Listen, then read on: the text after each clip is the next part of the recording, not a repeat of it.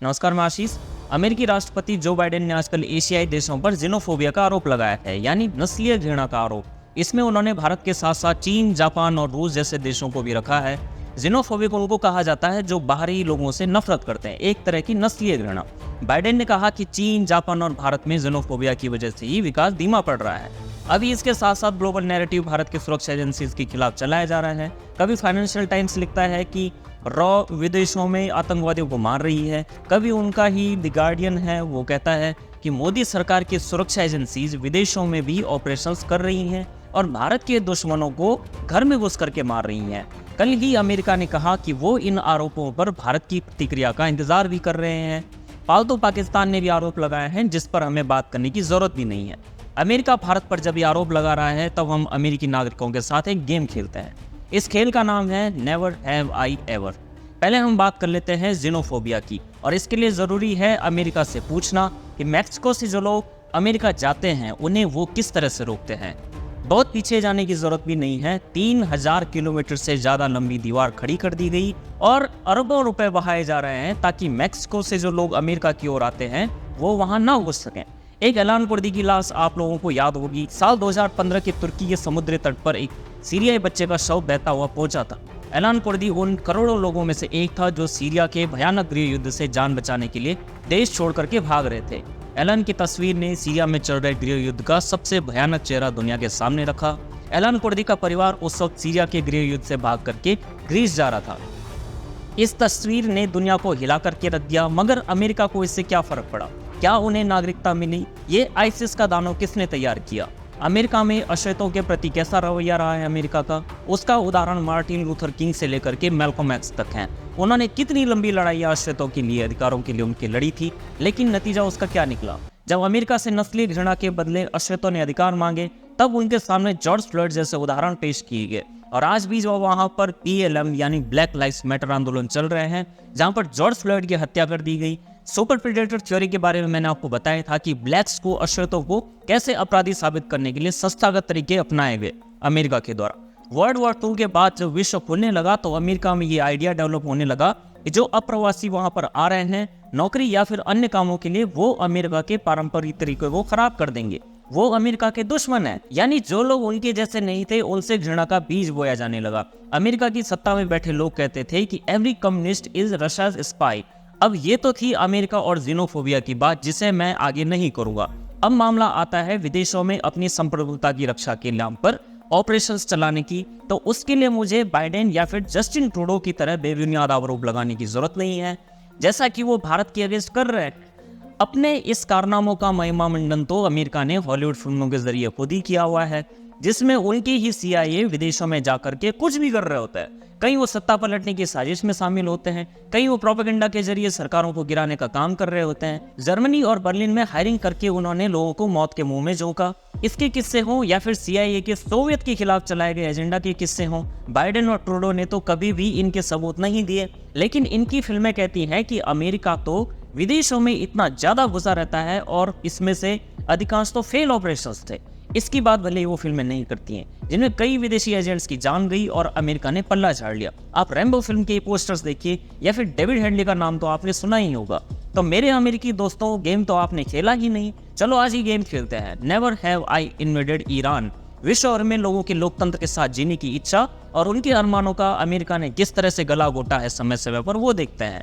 सबसे पहले ईरान से शुरू करते हैं, जहां पर तेल पर कब्जा करने के लिए अमेरिका ने शाह नाम का अपना मोहरा वहां पे प्लांट किया। इस्लामिक क्रांति की जब हम बात करते हैं तो अक्सर हम यही कहते हैं कि कुछ मुल्लों ने, कट्टरपंथियों ने वहां पर मिलकर के शाह को हटा दिया था, लेकिन इसकी वास्तविकता ये थी कि अमेरिका ने वहां पर अपने आदमी को प्लांट कर दिया था ताकि वहां तेल पर उनका कब्जा हो, बिजनेस पर उनका कब्जा हो।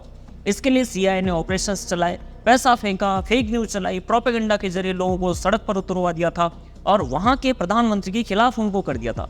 इसके बारे में आप विस्तार से जानने के लिए मेरे YouTube चैनल पर भी आप देख सकते हैं ईरान में असल में क्या हुआ था। सोशल मीडिया पर आप #सिविलाइजेशन स्टोरीज में आप इन कहानियों को सुन सकते हैं कि ईरान की क्रांति में वास्तव में क्या हुआ था। तो प्रिय अमेरिका, अब बोलिए कि never have I ever invaded Guatemala also. Guatemala में CIA का हाथ 1954 में राष्ट्रपति जैकोब आर्बेंज की लोकतांत्रिक रूप से चुनी हुई सरकार को गिराने में उनका रोल था। इस ऑपरेशन को ऑपरेशन PB सक्सेस के नाम से जाना जाता है। उन्होंने आरवेज की सरकार को कमजोर करने के लिए प्रोपेगेंडा अभियान भी चलाया और एक बड़ी विद्रोही फोर्स तैयार कर ली, जिसने CIA के समर्थन से सफल सैन्य अभियान चलाए। आखिर में हुआ ये कि आरवेज की इस्तीफा देना पड़ा और वह देश छोड़ करके भाग गए। इसके बाद ग्वाटेमाला में दशकों तक राजनीतिक अस्थिरता, सिविल राइट्स और मानवाधिकारों का जमकर दोहन हुआ। जब CIA की इन हरकतों को न्यूयॉर्क टाइम्स ने एक एडिटर ने पब्लिश किया तो CIA ने उसके पब्लिशर को, उसके मालिक को ही धमकाया और कहा कि CIA के प्रयासों के बीच में उनका एक एडिटर आ रहा है, जिसे कि फिर हटा भी दिया गया। यानी प्रेस फ्रीडम का एक अमेरिकी उदाहरण, बहुत ही प्रत्यक्ष उदाहरण। Never have I ever invaded Cuba. लोकतंत्र में हस्तक्षेप और अपने आदमी प्लांट करने की ये अकेली कहानी नहीं थी। अमेरिका ने क्यूबा को भी नहीं छोड़ा। क्यूबा में बतिस्ता को प्लांट करके अमेरिका वहां पे अपना पैर रखना चाहता था, जिसके अरमान चे गुवेरा और फिदेल कास्ट्रो, भले ही वो कम्युनिस्ट थे, सोवियत के साथ थे, उन्होंने इन अरमानों को पूरा नहीं होने दिया। Never have I ever invaded Afghanistan. America ने अफगानिस्तान को हमेशा के लिए युद्ध में झोंक करके खुद अमेरिका वहां से निकल भागा। आखिर में ये तो कुछ ही साल पहले की बात है। अफगानिस्तान को उसके हाल पे छोड़ दिया और खुद निकल पड़ा वहां से। Never have I ever invaded Vietnam. Vietnam में भी अमेरिका ने अपनी नाक घुसाई। वियतनाम युद्ध करीब 20 सालों तक चलता रहा और वियतनाम, लाओ, कंबोडिया की धरती पर लड़ा गया सबसे भीषण युद्ध था। अमेरिका ने 5 लाख सेना युद्ध में झोंक दी। वियतनाम में ये इतना खतरनाक युद्ध था, इतना भयानक युद्ध था कि खुद अमेरिका के लोग सरकार के खिलाफ सड़क पर उतर गए थे। उन्हें भी गोलियां मार दी गई। ये बेहद क्रूर संघर्ष था जिसमें अमेरिका ने कई भयानक हथियारों का इस्तेमाल किया। इनमें नापाम और एजेंट ऑरेंज का प्रयोग किया गया था। नापाम जो कि एक ज्वलनशील पेट्रोकेमिकल पदार्थ होता है और 2700 डिग्री सेल्सियस के तापमान पर जलता है, और एजेंट ऑरेंज एक ऐसा केमिकल था जिसका इस्तेमाल जंगलों को नष्ट करने में किया गया। इसने वियतनामी खेतों में खड़ी फसल को भी नष्ट कर दिया था, जिसकी वजह से स्थानीय लोगों को भुखमरी तक का सामना करना पड़ा। युद्ध में 30 लाख से ज्यादा लोग मारे गए। इसमें 58,000 अमेरिकी शामिल थे और मरने वालों में आधे से ज्यादा वियतनामी नागरिक थे।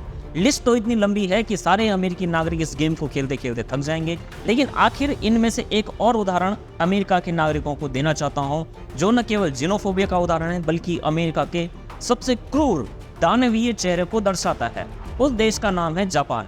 अमेरिका की ये परंपरा रही है कि जब उसने कहीं कुछ कांड किए तब उसने पहले उन्हें इविल साबित करने की कोशिश की, फिर उन पर नस्लीय हमले किए गए, फिर उनके विद्रोहियों के जरिए अपना काम निकालने का प्रयास किया गया और फिर अंत में वहां पर किया गया नरसंहार। इसे समझने के लिए हम बात करते हैं जापान की। जापान पर नस्लीय हमला अमेरिका ने छेड़ दिया और कहा कि वो इंसान ही नहीं है बल्कि कोई दूसरी रेस है। जापान के बच्चों की बंदरों से तुलना की गई, ऐसे पोस्टर बना करके दिखाए गए कि वो दानव हैं। इन प्रोपेगेंडा पोस्टर से आप देख सकते हैं कि जापान के लोगों को कभी सुअर, कभी बंदर इस तरह से दिखा करके पेश किया गया। ये घृणा आज भी अमेरिका में मौजूद है। लोग मारे तो मारे, ब्लास्ट किया तो किया, लेकिन जापान के खिलाफ एक बड़े स्तर पर नस्लीय संघर्ष छेड़ दिया। अमेरिका को जापान पर परमाणु हमलों के बाद बगावत से निपटने का सबसे आसान तरीका ये लगा कि अमेरिका के लोगों में जापान की ऐसी छवि बना दी जाए जिससे वो खुद उनके नरसंहार और उनके समूल नाश की मांग करने लगे। और फिर बारी थी मानव इतिहास के सबसे भयानक हरकत की, एक किस्म का मानवता के विरुद्ध हमला। सबसे शर्मनाक किस्सा जब अमेरिका ने अपनी परमाणु क्षमता को विश्व पर थोपने के लिए जापान के नागासाकी और हिरोशिमा पर न्यूक्लियर बम गिराया। ये तो सबसे आखिरी स्टेप थे। इससे पहले अमेरिका ने जापान के लोगों के खिलाफ अमेरिका का जन समर्थन हासिल करने के लिए क्या कुछ नहीं किया, वो मैं आपको बता चुका हूँ। परमाणु हथियार गिराने से पहले अमेरिका ने जापान पर आसमान से बम की वर्षा की, जिसमें करीब 80,000 लोग मारे गए। इलाके तबाह किए गए। जो परमाणु हमले में मारे गए उनकी संख्या को भी अब आप इसमें जोड़ करके देखिए। बमबारी में हिरोशिमा में अकेले 1,40,000 लोग और नागासाकी में 74,000 लोग मारे गए थे। जो लोग जिंदा बच गए वे आने वाले समय में ल्यूकेमिया, कैंसर या फिर रेडिएशन के दुष्प्रभाव का सामना कर रहे हैं। वर्ल्ड वॉर 2 के समय को भी वो अगर छोड़ दें तो ऐसी कौन सी कंट्री है जहां अमेरिका ने कब्जा करने या सरकार गिराने या फिर अपने लोगों को प्लांट करने के लिए ऑपरेशंस नहीं चलाए। चाहे लैटिन अमेरिका हो, चाहे मिडिल ईस्ट हो या फिर एशिया, अमेरिका ने किसी को भी नहीं छोड़ा। इसलिए वेस्ट या अमेरिका के मुंह से ये जेनोफोबिया या डेमोक्रेसी या फिर प्रेस फ्रीडम की बातें अच्छी नहीं लगती हैं। देखते रहिए द पैफलेट। धन्यवाद।